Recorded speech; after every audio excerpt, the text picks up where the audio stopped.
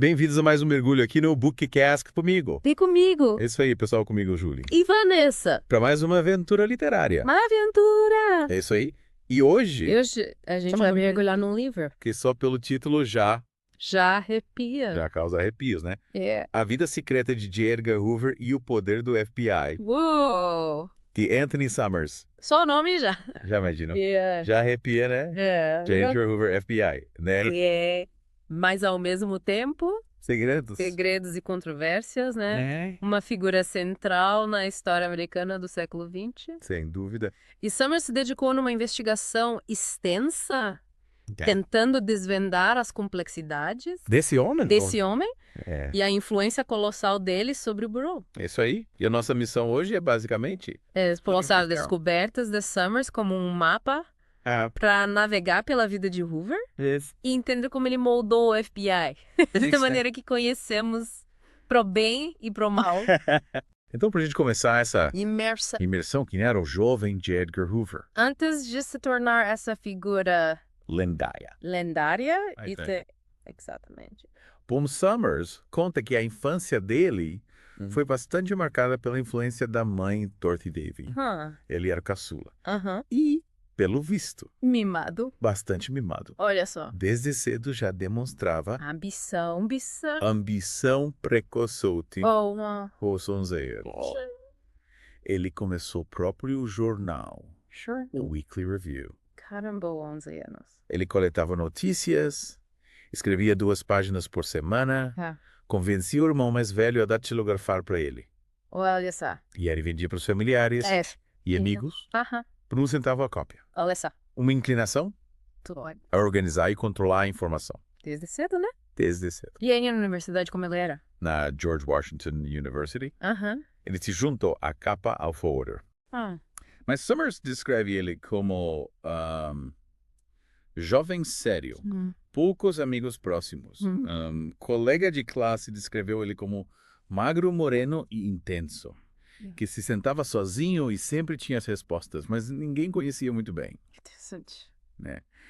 O que é curioso é que, mesmo como gerente da Casa da Fraternidade, ele já se mostrava um disciplinador, com opiniões morais bem rígidas sobre jogos, bebida, outras travessuras. Parece que essa necessidade de ordem e controle o acompanhava desde cedo. É interessante. É aí a escolha dele pelo direito. Ele decidiu estudar direito.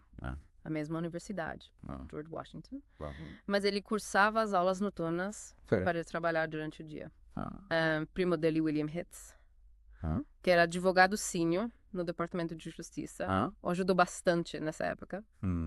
E Summers destaca que logo no início da carreira dele no Departamento de Justiça, Hoover ganhou reputação de trabalhador consciencioso e honesto, recebendo aumentos salariais rápidos, dobrando o salário inicial em pouco tempo. Olha só. Impressionante, né?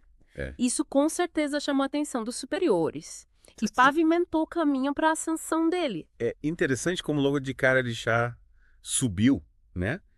Capaz de mostrar serviço. Mostrar serviço! E como ele assume a liderança do Bureau. Então o Bureau, antes de Hoover, era bem diferente. Conhecido informalmente como Buzzard's Roost. Uma coisa tipo... Poleira dos urubos. Sei, a atmosfera era de bastante informalidade, como a gente se reunindo para contar histórias e, vamos dizer, socializar. De maneira pouco profissional, Hoover, ao ser nomeado diretor, agindo de forma imediata e drástica, fechou o Buzzard's Roost. Demitiu vários agentes que ele considerava imorais, inadequados, uma verdadeira limpa geral, para instaurar uma nova cultura, uma nova chegando com tudo. Exatamente. Ele buscava um novo tipo de agente. Summers cita o Edward J. Armbruster como exemplo. Armbruster era abstêmio, não fumante maçom, professor de escola dominical, e chegou a levar 7 dos alunos dele para trabalhar no FBI. Caramba. Bem diferente. Totalmente diferente. Do que existia antes, né? Isso mostra claramente o tipo de pessoa que Hoover queria ao lado dela. E as regras dele para esses novos agentes? Hoover faz são extremamente severas. Agentes eram proibidos de beber mesmo fora de serviço. Em 1940, a gente teve o salário cortado por estar na companhia de um colega que ficou bêbado. Caramba! E mesmo em 1960, agentes novatos pegos com bêbado eram ameaçados de demissão. Tinha também uma obsessão com a ordem e a disciplina nos escritórios. Sim. Punições por horários de voo esquecidos em gavetas. Nossa! Roupas sujas deixadas em locais inadequados. Caramba! Era quase uma cultura de medo que se instalou no FBI sob a liderança dele. Parece que ele queria controlar cada aspecto da vida dos agentes. Pequenas infrações geralmente resultavam em cartas de censura que se acumulavam nos arquivos dos agentes. Pecados mais graves levavam a transferências rápidas, que é chamada bicicleta do bureau. Uma série de mudanças de lotação que podiam levar o agente a pedir demissão. Caramba! Por exaustão. Nossa. E Summers também aponta que Hoover tinha interesse peculiar na vida pessoal dos agentes, especialmente em casos extraconjugais. Os chefes de escritórios de campo sendo instruídos a informá-lo sobre tais ocorrências. Era uma ferramenta de controle. Interessante como essa obsessão por detalhes e a vida pessoal dos agentes parece pavimentar o caminho para a construção de um poder pessoal considerável. Como ele fez isso além de controlar o subordinado? Dos pilares desse poder foi o desenvolvimento de um extenso sistema de registro. Summers enfatiza que a verdadeira natureza e a profundidade desse sistema eram desconhecidas para quem estava fora do FBI. Uma montanha de papel que se tornou. Nossa! Nas palavras do autor, sonho burocrático e um pesadelo democrático. Essa vasta coleção de informações dava a Hoover controle quase absoluto sobre os subordinados. E como a gente vai ver sobre muitas outras pessoas também. Imagine o poder de ter informações confidenciais sobre praticamente qualquer pessoa importante. E essa dependência dos funcionários. Os agentes sabiam que as carreiras deles dependiam inteiramente da aprovação do diretor. Summers descreve a personalidade de Hoover como avessa ao contato físico com estranhos, principalmente aqueles com palmas úmidas. Ele se protegia como em bunker nuclear e nunca admitia um erro. Corredor que levava ao escritório dele. Era conhecido como a Ponte dos Suspiros. A Ponte dos Suspiros. Nome sugestivo, né? Do temor que ele inspirava. É interessante essa imagem da Ponte dos Suspiros. A Ponte dos Suspiros. E que como ele conseguiu se manter no poder por tanto tempo. Summers relata um episódio crucial no início da gestão dele. Quando Franklin D. Roosevelt assumiu a presidência, haviam dúvidas sobre a permanência de Hoover no cargo. No entanto, o ex-presidente Herbert Hoover interveio mencionando o excelente histórico de Edgar e expressando o desejo de que não houvesse mudanças na liderança do Bureau. Roosevelt disse que ia investigar o assunto. E Hoover permaneceu. Caramba! Esse apoio inicial de figuras importantes certamente contribuiu para a longevidade dele no poder.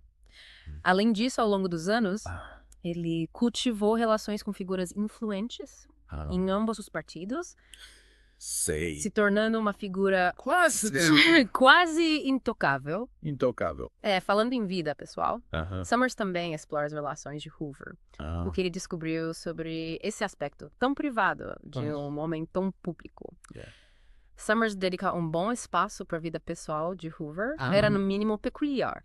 Ele menciona romance juvenil com uma mulher chamada Alice.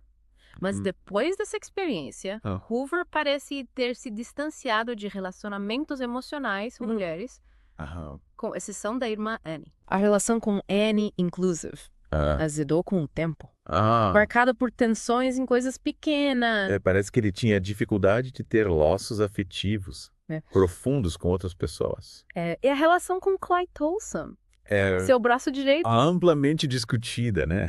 Essa parceria durou décadas e gerou muita especulação. Exato. Summers detalha a proximidade e a durabilidade desse laço. Eles almoçavam juntos todos os dias. ao meio-dia, em ponto. No Mayflower Hotel, quase sempre pedindo hambúrgueres e sorvete de baunilha. Interessante. Essa rotina diária era notória em Washington. Sim. Eles também passavam férias juntos, eram inseparáveis no trabalho. Essa proximidade levanta muitas questões sobre a natureza da relação. Da relação dela. E haviam rumores sobre a natureza. Inúmeros rumores e anedotas. Sugerem uma relação que ia além da amizade profissional. Sei. Summers menciona um relato de motorista de táxi que os pegou no aeroporto.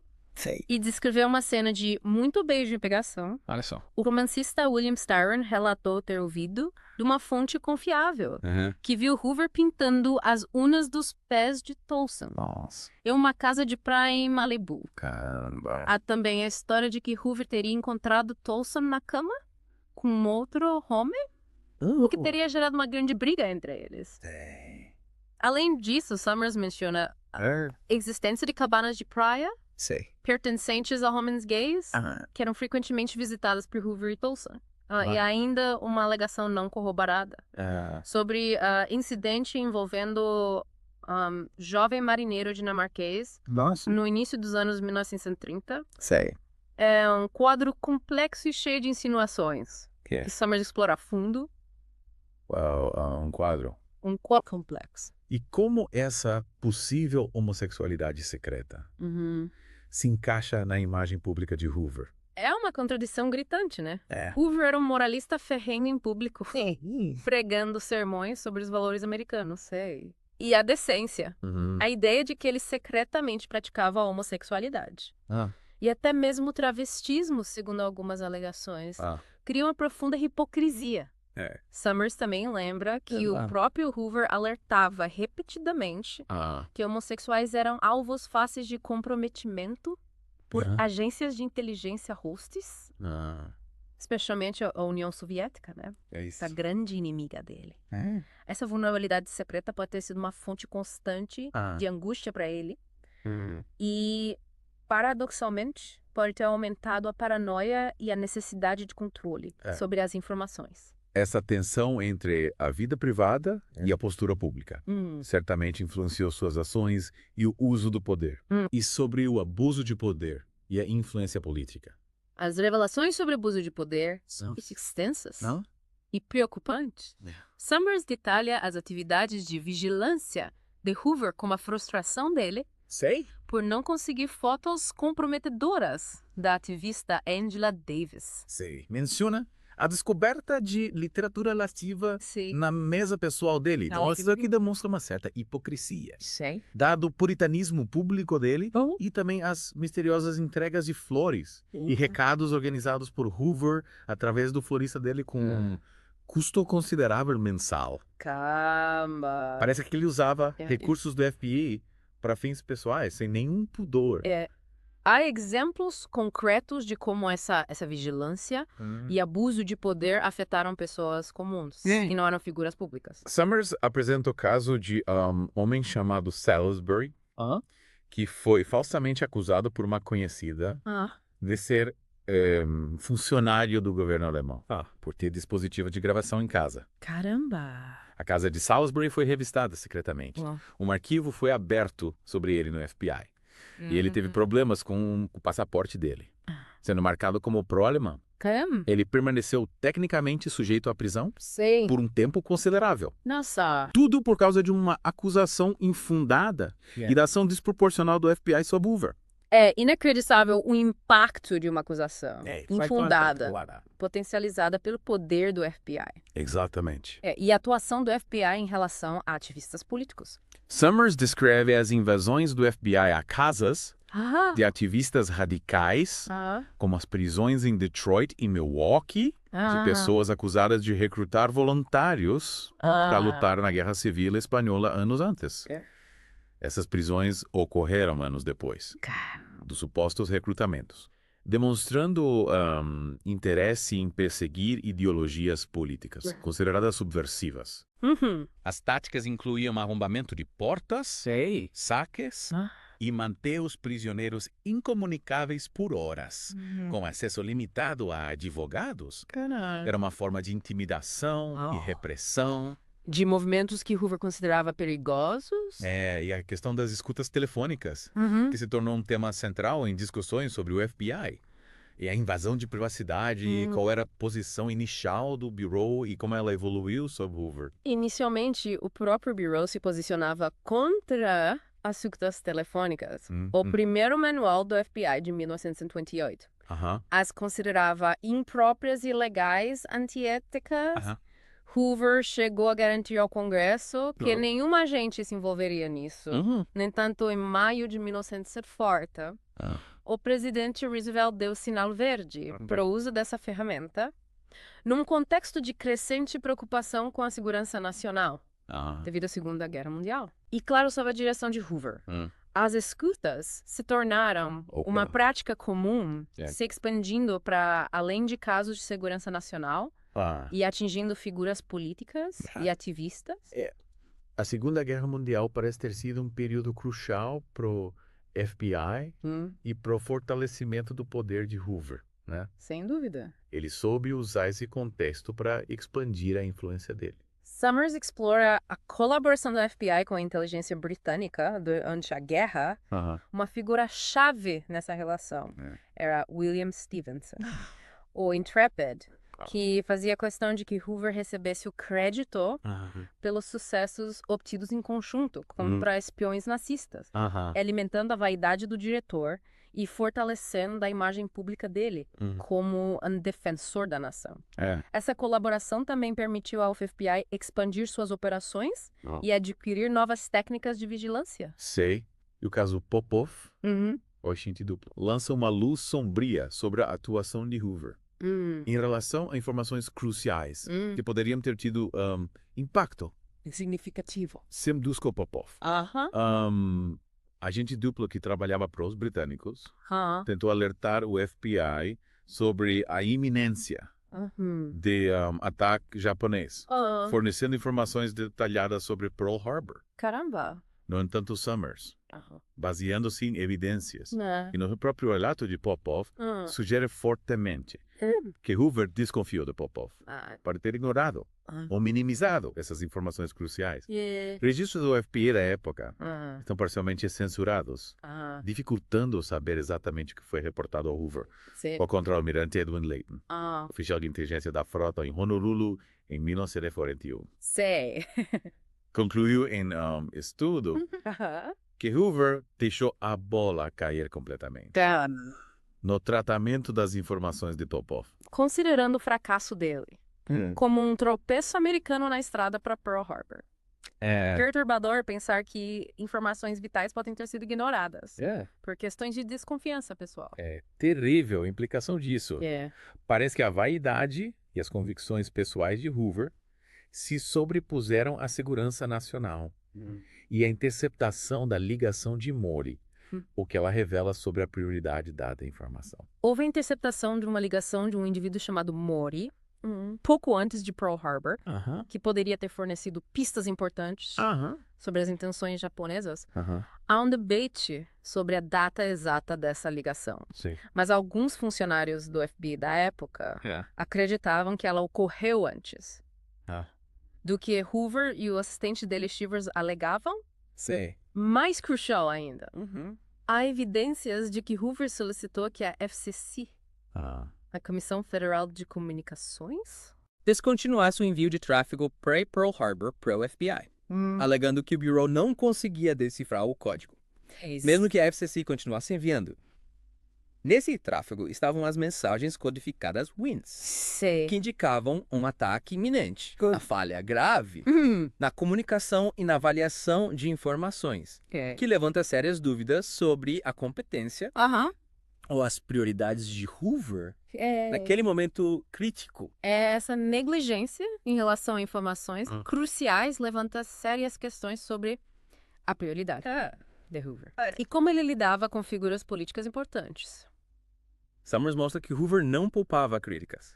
Mesmo a figuras tão importantes quanto Eleanor Roosevelt, ele era profundamente contrário às causas liberais defendidas por ela e fazia comentários depreciativos, chegando a chamá-la de amante de negros. O FBI investigou até mesmo suposto caso entre Eleanor e Joe Lash, jovem amigo dela. Isso demonstra como Hoover usava o FBI para atacar seus oponentes políticos ou aqueles que ele considerava ameaças, suas visões. E após a guerra, com o aumento das tensões da Guerra Fria, a figura de Hoover se fortaleceu ainda mais. Sim, o anticomunismo se tornou uma das suas principais bandeiras.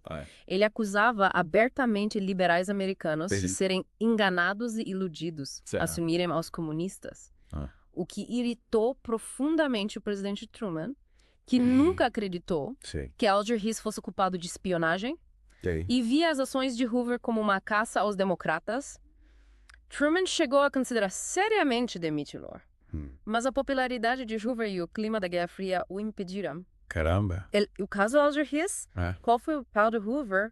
FBI teve papel central no caso Hiss. Summers detalha que mesmo durante o julgamento, o FBI estava grampeando conversas privadas entre Copron, uma acusada em outro caso de espionagem, e o advogado dela. Os registros dessas escutas foram rapidamente destruídos num encobrimento que dificilmente teria ocorrido sem a aprovação de Hoover.